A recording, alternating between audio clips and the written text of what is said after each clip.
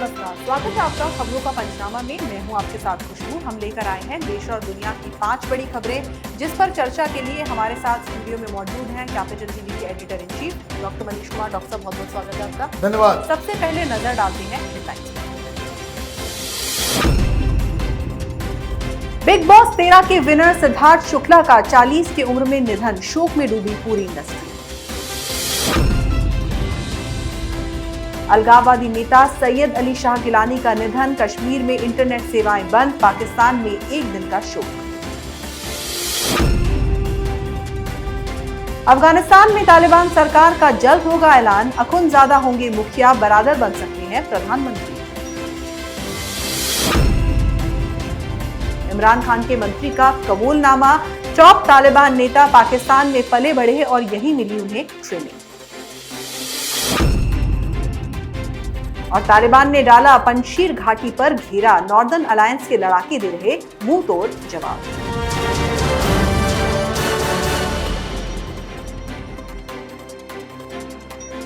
रुक करते हैं पहली खबर का। बिग बॉस विजेता टीवी स्टार सिद्धार्थ शुक्ला का दिल का दौरा पड़ने से निधन हो गया है। सिद्धार्थ शुक्ला 40 साल के थे। सिद्धार्थ शुक्ला बिग बॉस 13 के विनर रहे हैं और उनके अंदाज को फैंस ने बहुत पसंद भी किया था। यही नहीं, वो आखिरी बार भी बिग बॉस ओटीटी में नजर आए थे। वो पिछले हफ्ते ही बिग बॉस ओटीटी में दिखे थे। सिद्धार्थ शुक्ला के निधन को लेकर शोक की लहर दौड़ गई है और सोशल मीडिया पर सितारे उन्हें श्रद्धांजलि दे रहे हैं। इस तरह इस खबर से हर कोई सदमे में है। सिद्धार्थ शुक्ला टीवी स्टार बनने से पहले मॉडलिंग की दुनिया में एक जाना पहचाना नाम रहे। सिद्धार्थ कुछ समय पहले ही web series broken but beautiful में नजर आए थे और उनकी एक्टिंग और स्टाइल को भी फैंस का खूब प्यार मिला था। सिद्धार्थ को रियलिटी किंग कहना भी गलत नहीं होगा। वो खतरों के खिलाड़ी के भी विनर रहे थे और बिग बॉस 13 के भी।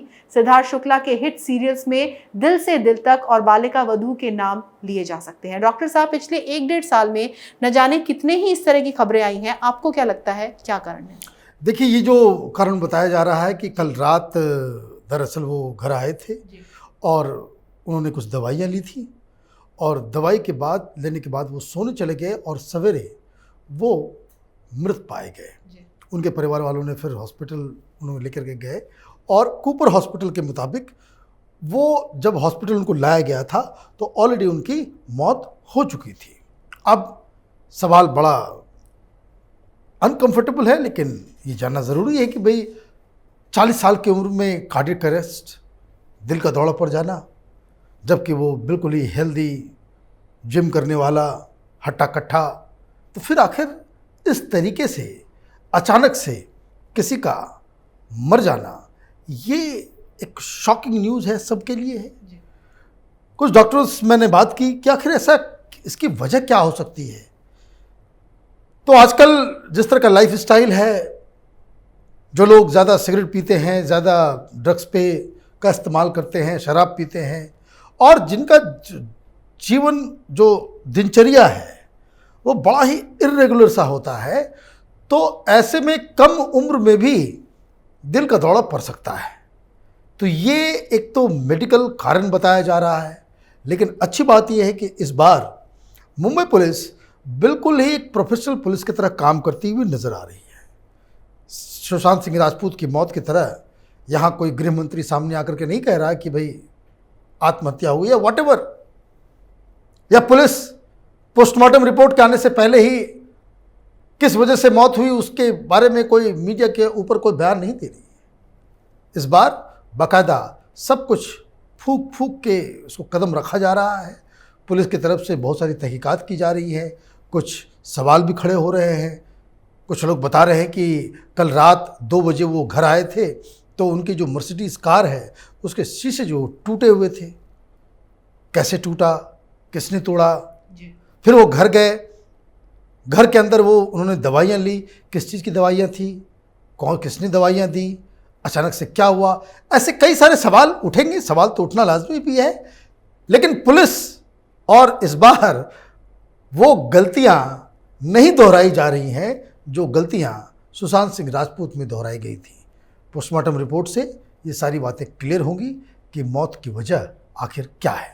जी, तो कहते हैं कि जिंदगी लंबी नहीं लेकिन बड़ी होनी चाहिए। तो सिद्धार्थ शुक्ला भी उन शख्सियतों में से एक हैं जिनकी जिंदगी बड़ी तो बहुत थी, लेकिन जिस परिवार पर ये दुखों का पहाड़ टूटा है उसका दर्द कोई और नहीं समझ सकता। रुक करते हैं दूसरी खबर का। पूर्व हुर्रियत नेता सैयद अली शाह गिलानी का 91 साल की उम्र में निधन हो गया। प्रशासन ने एहतियातन घाटी में सुरक्षा व्यवस्था को सख्त करते हुए इंटरनेट सेवाएं बंद कर दी। इसकी जानकारी कश्मीर के इंस्पेक्टर जनरल विजय कुमार ने दी। सोपोर के बोमई के रहने वाले गिलानी कई सालों से श्रीनगर के बाहरी क्षेत्र हैदरपोरा में रह रहे थे। वो हृदय, किडनी, शुगर समेत कई बीमारियों से पीड़ित थे। पाकिस्तान के प्रधानमंत्री इमरान खान ने गिलानी के निधन पर दुख व्यक्त किया। इमरान खान ने ट्वीट करके कहा, पाकिस्तान में एक दिन का शोक रहेगा और झंडे को आधा झुका दिया जाएगा। जमात इस्लामी कश्मीर के मजबूत स्तंभों में गिने जाने वाले गिलानी जम्मू कश्मीर विधानसभा के सदस्य भी रह चुके हैं। अंतिम समय में उनके पास दोनों पुत्र डॉक्टर नईम गिलानी और नसीम गिलानी के अलावा पत्नी जवाहिरा बेगम थी। उनका सबसे बड़ा दामाद अल्ताफ शाह टेरर फंडिंग में तिहाड़ जेल में बंद है। Muslim United front of Kashmir और हुर्रियत कॉन्फ्रेंस के गठन में अहम भूमिका निभाने वाले गिलानी ने अल्लामा इकबाल पर भी किताब लिखी थी। अलगाववाद और इस्लाम से जुड़े विषयों पर 4 किताबें लिखी थी। डॉक्टर साहब, पाकिस्तान में तो गिलानी को हीरो की तरह याद किया जा रहा है। तो गिलानी साहब वो हिंदुस्तानी हैं, लेकिन पाकिस्तान में झंडा वो झुकेगा। वहाँ के प्रधानमंत्री कह रहे हैं कि भाई वो तो पाकिस्तानी थे। हिंदुस्तान में जब वो जिंदा था तब कोई कहता कि ये गिलानी जो है वो पाकिस्तानी है, तो लोग कहते कि भाई तुम सर्टिफिकेट देने वाले कौन होते हो। लेकिन आज इमरान खान ने अपने ऐलान से ये घोषित कर दिया कि ये सैयद अली शाह गिलानी ये दरअसल पाकिस्तानी दलाल था।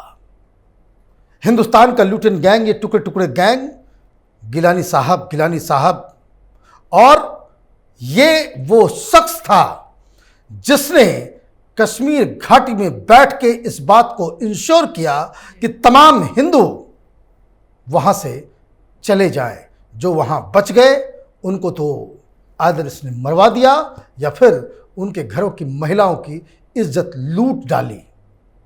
आज घाटी का एक बड़ा दानव खत्म हुआ है और हिंदुस्तान को इस पे सेलिब्रेट करना चाहिए कि एक पाकिस्तानी जो हिंदुस्तानी के भेष में कश्मीर में अब तक पत्थरबाजी से लेकर के आतंक को फैला रहा था, वो अब नहीं रहा।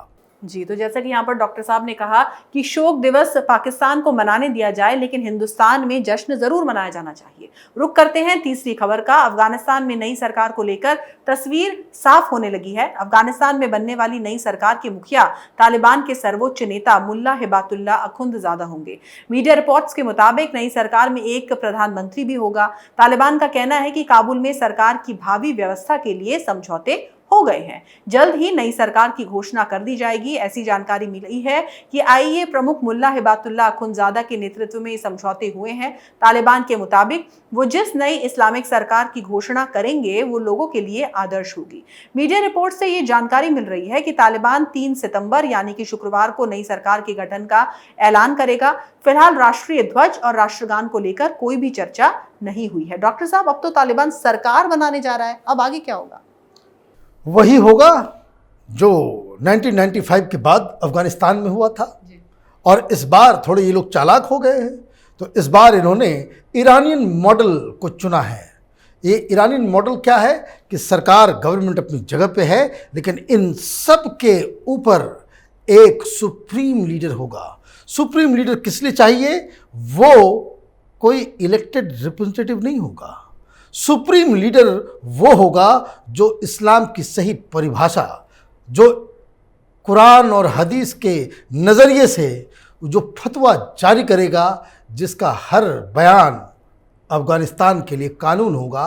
ऐसा एक इस्लामिक मौलवी मौलाना, उसको आपने सुप्रीम लीडर बनाया। और नीचे आप प्रधानमंत्री रख लो, राष्ट्रपति रख लो, गवर्नर रख लो, अलग अलग मंत्री रख लो, लेकिन ये ऐलान कि जो सबसे सुप्रीम लीडर ये इस्लामिक एमिरेट्स ऑफ अफ़गानिस्तान का होगा वो अखुंदजादा होगा, ये तो एक हार्डकोर कट्टरपंथी मौलाना है। और इससे आपने ये भी संकेत दे दिए हैं कि अफ़गानिस्तान में कोई डेमोक्रेसी नहीं, कोई अधिकार नहीं, कोई महिलाओं को भी कोई अधिकार नहीं होगा, माइनॉरिटीज को भी कोई अधिकार नहीं होगा। क्यों? क्योंकि आपने एक ऐसे शख्स को सुप्रीम लीडर घोषित करने जा रहे हैं जो सिर्फ और सिर्फ इस्लाम के नज़रिए से ही सब कुछ फैसला लेने वाला है। मतलब ये कि वहाँ पे एक कट्टर सरकार जो इस्लामिक शरीयत को वो लागू करने में जुट जाएगी, और ये भी बताया जा रहा है कि ये बिल्कुल ही मॉडल इस्लामिक कंट्री बनने वाला है।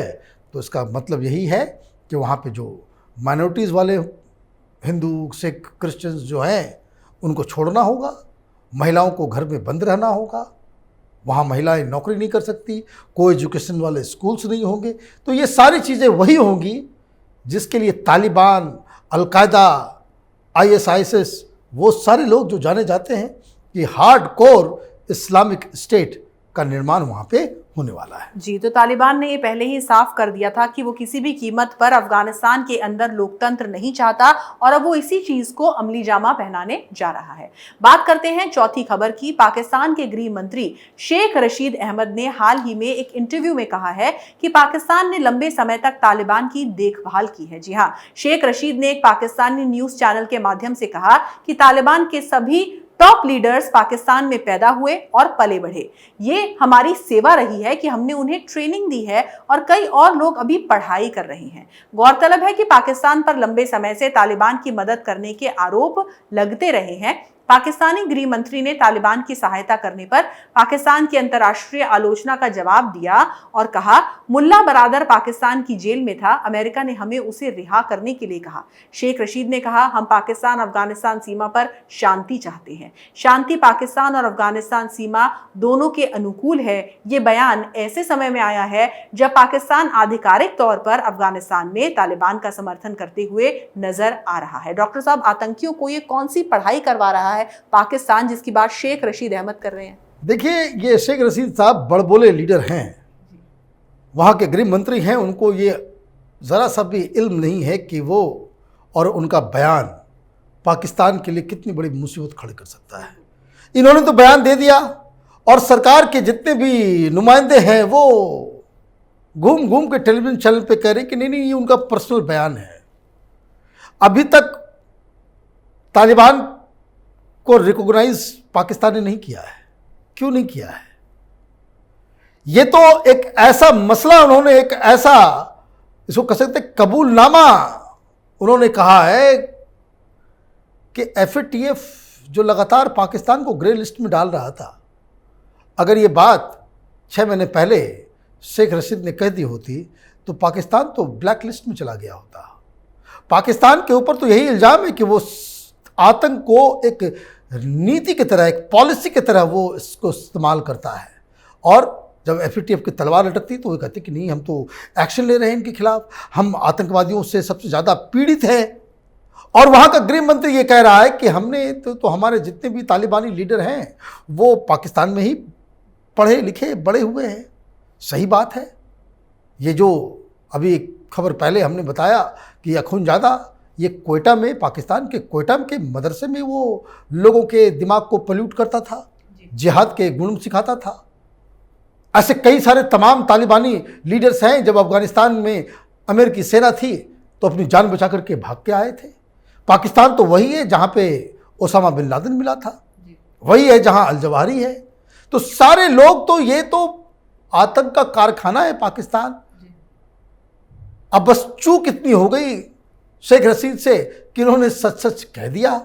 तो अब देखना यह है कि दुनिया पाकिस्तान को अगली मीटिंग में FATF के उसमें ब्लैक लिस्ट में डालती है या नहीं डालती, क्योंकि इसने आज ऑफिशियली ये ऐलान कर दिया कि हम आतंकवादियों के पनाहगार हैं। हमारी ISI आतंकियों को ट्रेनिंग देती है, हमारी आर्मी वेपन ट्रेनिंग देती है, और हमारे यहाँ के जो मदरसे हैं वो इस्लाम के तालीम के नाम पे हम आतंकवादी पैदा करते हैं। जी, तो जब शेख रशीद ने तालिबानियों को अपने यहाँ पढ़ाई करवा ही दी है तो आने वाले समय में उन्हें पाकिस्तान में होने वाले हमलों से भी नहीं डरना चाहिए। रुक करते हैं आखिरी खबर का।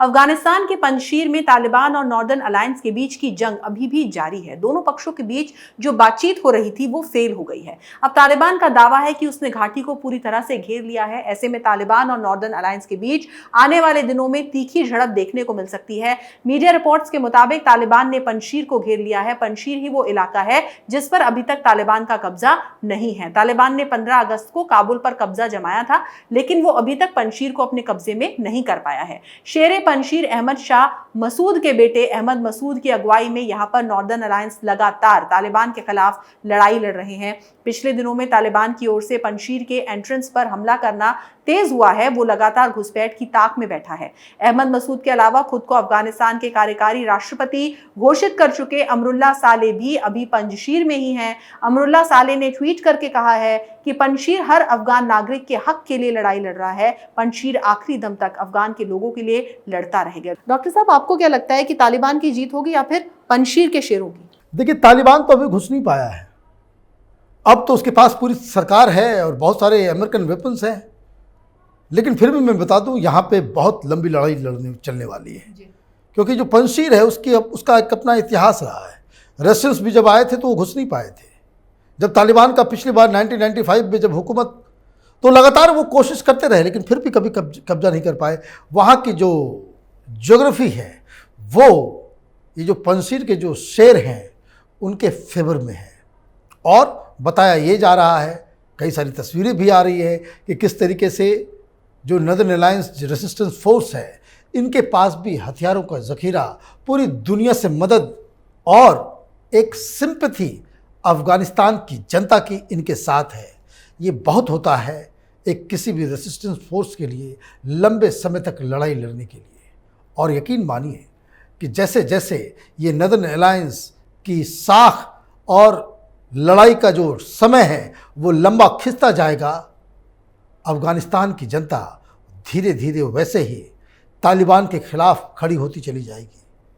अगर पंजशीर के शेर हारते हैं तो अफ़गानिस्तान में तालिबान को हटाने में काफ़ी लंबा समय लगेगा, और अगर ये रेसिस्ट करने में अगर बिल्कुल कामयाब हो जाते हैं तो अगले 6 महीने में आप देखेंगे कि तालिबान को सरकार चलाने में, अफ़गानिस्तान के ऊपर पूरी तरह से कब्जा करने में बड़ी मुश्किलों का सामना करना पड़ जाएगा। जी डॉक्टर साहब, बहुत बहुत धन्यवाद इस तमाम जानकारी के लिए। धन्यवाद। तो खबरों का पंचनामा में आज के लिए बस इतना ही। देश विदेश की तमाम खबरों के लिए आप देखते रहिए कैपिटल टीवी। हमें लाइक करें, शेयर करें और कैपिटल टीवी को सब्सक्राइब करें। नमस्कार।